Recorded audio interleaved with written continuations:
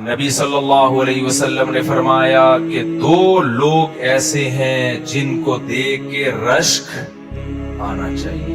ان کو اللہ نے اتنی بڑی نعمت دی ہے نا کہ آپ اگر یہ سوچو کہ کاش میں ایسا ہوتا تو یہ سوچنا بنتا ہے. وہ دو کون لوگ ہیں؟ ایک وہ جس کو اللہ نے دین کا علم دیا ہو اور وہ اس علم کو لوگوں میں پھیلا رہا ہو, لوگوں کی ہدایت کا ذریعہ بن رہا ہو, تو یہ اپنے لیے بہت بڑا صدقہ جاریہ جمع کر رہا ہے. کیونکہ جو کسی گناہ کی بنیاد رکھتا ہے, جب تک دنیا میں گناہ ہوتا رہے گا اس کو فری میں گناہ ملتا رہے گا. قابیل نے حابیل کو قتل کیا تھا, آدم علیہ السلام کے بیٹے نے. حدیث میں آتا ہے کہ قیامت تک جو بھی قتل ہوتا رہے گا نا, کچھ نہ کچھ حصہ اس میں قابیل کا بھی ہوگا, کیونکہ اس نے قتل کی دنیا میں بنیاد رکھی ہے. تو ایسے ہی جو نیکی کی بنیاد رکھے گا, جب تک نیکی ہوتی رہے گی اس کو اس کا ثواب ملتا رہے گا. تو نبی نے فرمایا یہ شخص قابل رشک ہے, اس لیے اپنے بچوں کو عالم بناؤ. میں نہیں کہہ رہا سارے بچوں کو عالم بنا دو, ایک آدھ بچے کو عالم, خود تو عمر نکل گئی ہوگی بہت سے لوگوں کی, ایک آدھ بچے کو کیا کرو عالم. لیکن وہ ایک آدھ کو جب ہی ہوگے جب 5-6 ہوں گے تو ایک آدھ کو بناؤ گے نا. ایک ہی آدھ ہی پیدا ہوا ہے تو پھر تو کیا بناؤ گے؟ پھر تو جو مرضی بنانا ہے وہ خود ہی بن جائے گا, آپ کو تکلف کی ضرورت نہیں. جب پیدا خود ہی ہو گیا تو بن بھی خود ہی کچھ جائے گا. لیکن جب بچے ہوتے ہیں, زیادہ ہوتے ہیں, تو پھر ایک کو آپ کاروبار میں لگا دیں, ایک کو آپ عدلیہ میں بھیج دیں, ایک کو فوج میں بھیج دیں, ایک کو بزنس میں, اور ایک کو اللہ بھلا کرے ایجوکیشن میں سائنٹسٹ بنا دیں اس کو, اور ایک کو عالم بنا دیں. سارے شعبے زندہ ہو جائیں گے. جو اور بھی مزید ہیں ابھی, صرف 5-6 نہیں, یعنی ایک کو پھر یہ بنا دیں, پھر ایک کو یہ بنا دیں, پھر ایک کو یہ بنا دیں, پھر ایک کو یہ بنا دیں. جب 4 ہوں گی تو پھر انشاءاللہ یہ باتیں آپ کو بری نہیں لگیں گی. جب ایک ہے تو پھر نہیں. خیر, دوسری بات, دوسرا نبی نے فرمایا وہ شخص رجل آتاہ اللہ مالا فسلطہ علی ہلکتہ او کما قال صلی اللہ علیہ وسلم او قال فهو ينفق منه سرا وجهرا. حدیث کے پورے الفاظ ورڈنگ مجھے یاد نہیں ہے, مفہوم یاد ہے. نبی نے فرمایا دوسرا وہ شخص جس کو اللہ نے پیسہ دیا ہو. کیا دیا ہو؟ پیسہ. کاروبار ہے اس کا, ٹھیک ٹھاک نوٹ چھاپ رہا ہے, جاب بہت اچھی ہے, یا تو اس میں پیسہ بہت مل رہا ہے, یا بزنس میں بڑا دبا کے پیسہ کما رہا ہے.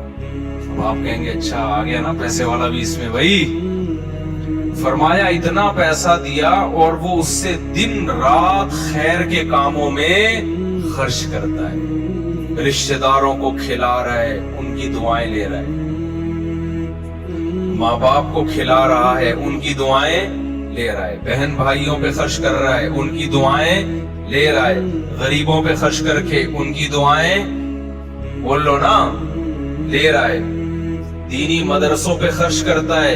جتنے علماء دینی مدرسوں سے پیدا ہوں گے, دین کا کام کریں گے, اس کا بھی اس میں حصہ ہوگا. درخت لگا رہا ہے انہی پیسوں سے. حدیث میں آتا ہے جس نے درخت لگایا اس کے مرنے کے بعد چرند پرند بھی جب تک درخت سے کھائیں گے اس کو قبر میں ثواب ملے گا. تو پھر غریب کو حسرت ہو, کاش میرے پاس پیسہ ہوتا, میں بھی ایسے آخرت کماتا جیسے یہ کما رہا ہے. آج پیسہ دیکھ کے حسرت تو ہوتی ہے, کس بات کی؟ یار کاش میرے پاس پیسہ ہوتا, میں بھی آئس پیتا.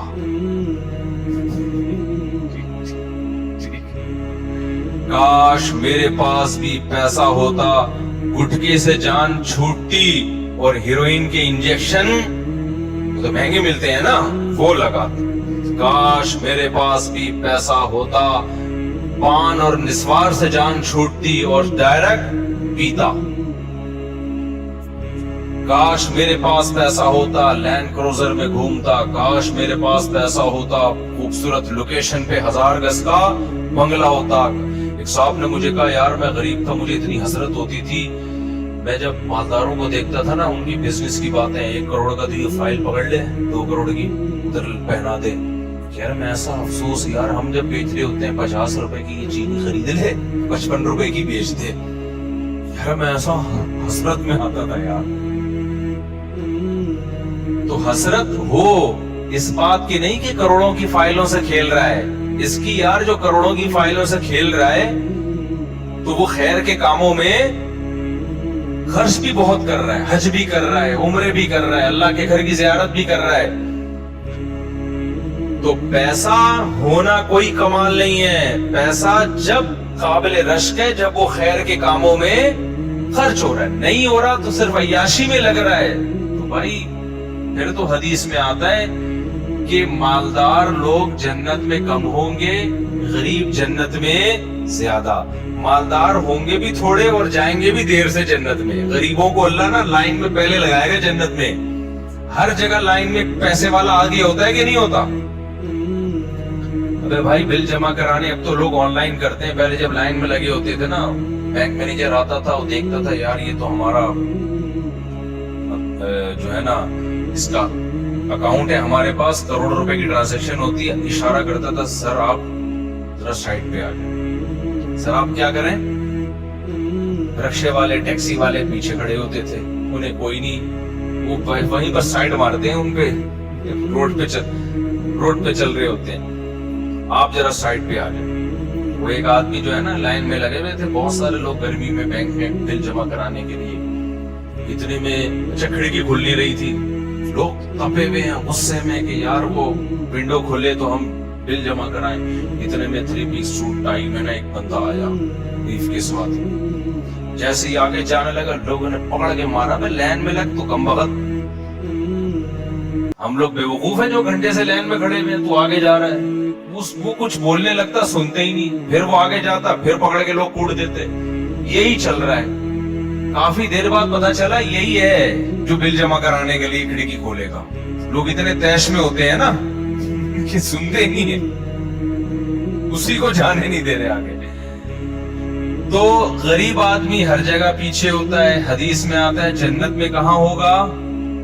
آگے ہوگا. اس کا حساب کتاب بہت ہلکا پھلکا, 2-3 گٹکے نکلیں گے اس کے پاس سے, اس کا حساب دینا پڑے گا. 2-3 چترول لگیں گے اس کو, گٹکے پہ تو لگیں گے, تو چترول کوئی کھانے کی چیز ہے نہیں. لیکن جن کی جیب سے بوتلیں نکلیں گی, آئس نکلے گی, ہیروئن نکلے گی, ان کا حساب کیا ہے بولو؟ وہ بڑا سخت. جیسے ایئرپورٹ پہ گٹکا پکڑا جائے نا تھوڑی سزا ہے, ہیروئن پکڑی جائے تو پھر نہیں بچتا آدمی. اور سعودی عرب میں تو سر قلم, گٹکے پہ سر نہیں قلم ہوتا سعودی عرب میں, پتا کر لینا ایسا نہ ہوتا ہو گٹکے لے جانا. لیکن میرا خیال ہے گٹکے پہ سر نہیں قلم ہوتا, باقی نشے کی چیز نکل جائے تو سر قلم ہو جاتا ہے وہاں. تو خیر, تو نبی نے فرمایا دوسرا وہ شخص ہے جس کو اللہ نے دولت دی ہو اور وہ دن رات خیر کے کاموں میں خرچ کرتا. تو غریب حسرت کر سکتا ہے کاش میرے پاس پیسہ ہوتا اور میں بھی اللہ کے لیے خرچ کرتا. تو جس کو اللہ نے پیسہ دیا میرے بھائی, وہ اللہ کے لیے خرچ کرنا سیکھے. دیکھو پیسے کی محبت یہ بہت بڑی بیماری ہے. قرآن میں آتا نا وَجَاءَ رَبَّهُ بِقَلْبٍ سَلِيمٍ, اللہ نے فرمایا کہ آخرت اس کو ملے گی جو صاف دل کے ساتھ جنت میں آئے, آخرت میں آئے گا, اللہ کے پاس آئے گا. صاف دل کسے کہتے ہیں؟ جو گندگی سے پاک ہو. اس گندگی میں جو سب سے بڑی گندگی ہے نا وہ دنیا کی محبت ہے, پیسے کی محبت ہے. تو جو پیسے کی محبت کے ساتھ چلا گیا نا اس کی خیر نہیں ہے. پیسے کے ساتھ چلا گیا مسئلہ نہیں ہے, پیسے کی محبت کے ساتھ گیا تو پکڑا جائے گا وہاں پہ. اب پیسے کی محبت نکلتی کیسے ہے پتہ ہے آپ کو؟ پیسے کی محبت نکالنے کا سب سے بہترین طریقہ پیسہ خرچ کرنا شروع کر دو. بچا کے نہ رکھو, خرچ کرو. یہ لو بھائی لفافے پہ, یہ لو بھائی ہدیہ, یہ آپ کو گفٹ ہے جی, یہ آپ کو صدقہ ہے جی, یہ آپ کو زکوٰۃ ہے جی, یہ میری طرف سے بدر سے بہترے جی، یہ 6 پھنکے مسجد میں میری طرف سے، یہ فلاں کو کھانا کھلا دیا، کرتا رہے گا نا تو یہ جو دل اٹکا ہوا ہے نا ایلفی کی طرح چپکا ہوا ہے مردار کے ساتھ، اس مردار سے محبت کیا ہو جائے گی؟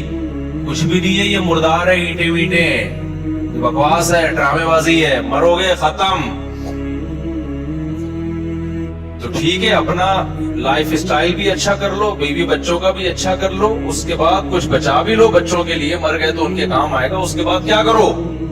بس یار اڑاؤ یار، خود بھی کھاؤ، پبلک کو بھی کھلاؤ، خیر کے کاموں میں خرچ کرو، صدقہ جاریہ میں خرچ کرو۔ سمجھتے ہو عربوں میں ہم نے یہ چیز بہت دیکھی ہے، بڑے سخی ہوتے ہیں عرب آج بھی بہت۔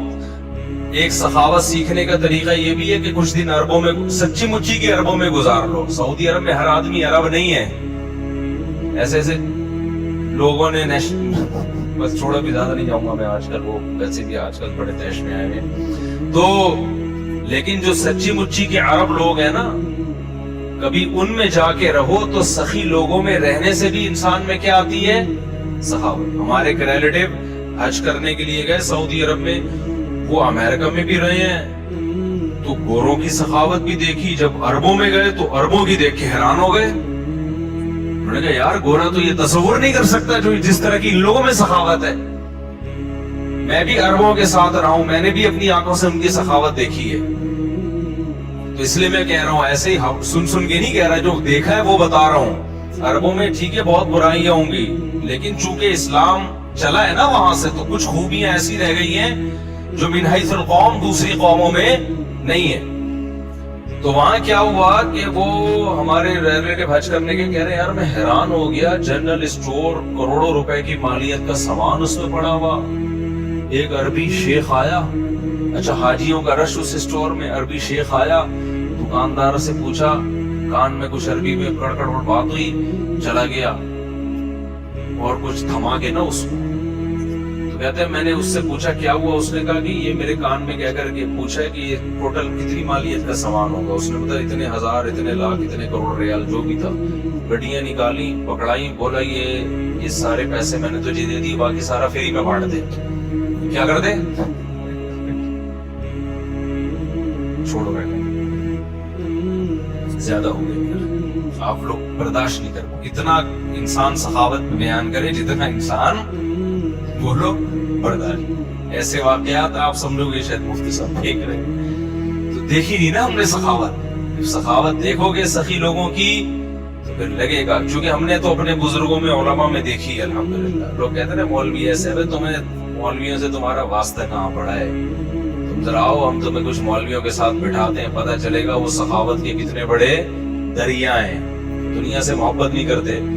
میں نہیں ہوں ایسا، لیکن ہم نے جن مولویوں کے ساتھ آپ آ جائیں، پتہ چلا قرضہ مانگنے مجھ سے، آپ کے آپ تو بہت سنا ہے بڑے سخی ہیں، میں تو آپ جیسا ہی ہوں، بلکہ ہو سکتا ہے آپ مجھ سے اچھے ہوں، لیکن ہم نے بڑے بڑے دیکھے ہیں علماء میں۔ تو دل سے دنیا کی محبت نکالنے کے لیے روکھڑا کیا کرنا پڑے گا؟ خرچ۔ ہمارے حضرت تو یہاں تک فرمایا کرتے تھے کہ پہلے زمانے میں بزرگان دین دولت کو آگ لگانے کا حکم دیتے تھے، آپ نہ کریں یہ کام، یہ اس زمانے میں جائز نہیں ہے، تاکہ نا جیسے جیسے 5000 کا نوٹ حضرت فرمایا کرتے تھے، کرنا نہ شروع کر دینا کہیں، 5000 کا نوٹ لے کے یوں رکھو اور یہاں سے آگ لگاؤ، اور وہ جب جلے گا تو دل بھی آپ کا ساتھ ساتھ جلے گا۔ کہ یہ جو ہے نا دل کو جلاتے تھے تاکہ اس سے عشق اور محبت جو ہے نا مردار، اس مردار کا عشق نکلے۔ دیکھو اتنی محبت مال سے جو زندگی گزارنے کے لیے ضروری ہے، وہ محبت تو ٹھیک ہے، وہ نیچرل ہے، جب بھی پیسہ آتا ہے خوشی ہوتی ہے، یہ نیچرل ہے، ہوس نہیں ہونی چاہیے۔ آج محبت نہیں ہے بلکہ کیا ہے؟ ہوس ہے، لالچ ہے، اس کو ختم کرنا ہے۔ لالچ اور محبت میں فرق کیسے ہوگا بھائی؟ جو مسافر خانہ ہے نا، جتنی ضرورت ہوتی ہے اتنا دل لگایا جاتا ہے، فنا ہونے والی چیزوں کو زیادہ فری نہیں کرایا جاتا، تو جتنی ضرورت ہے دل لگاؤ، اور یہ نیچرل ہے، پیسہ آتا ہے تو خوشی ہوتی ہے، انسان کو ایک راحت ملتی ہے، یہ راحت ملنا، خوشی کا ملنا یہ غلط نہیں ہے، یہ تو نیچرل ہے۔ اگر خوشی بھی نہیں ہو رہی اس کا مطلب مردہ ہے یہ۔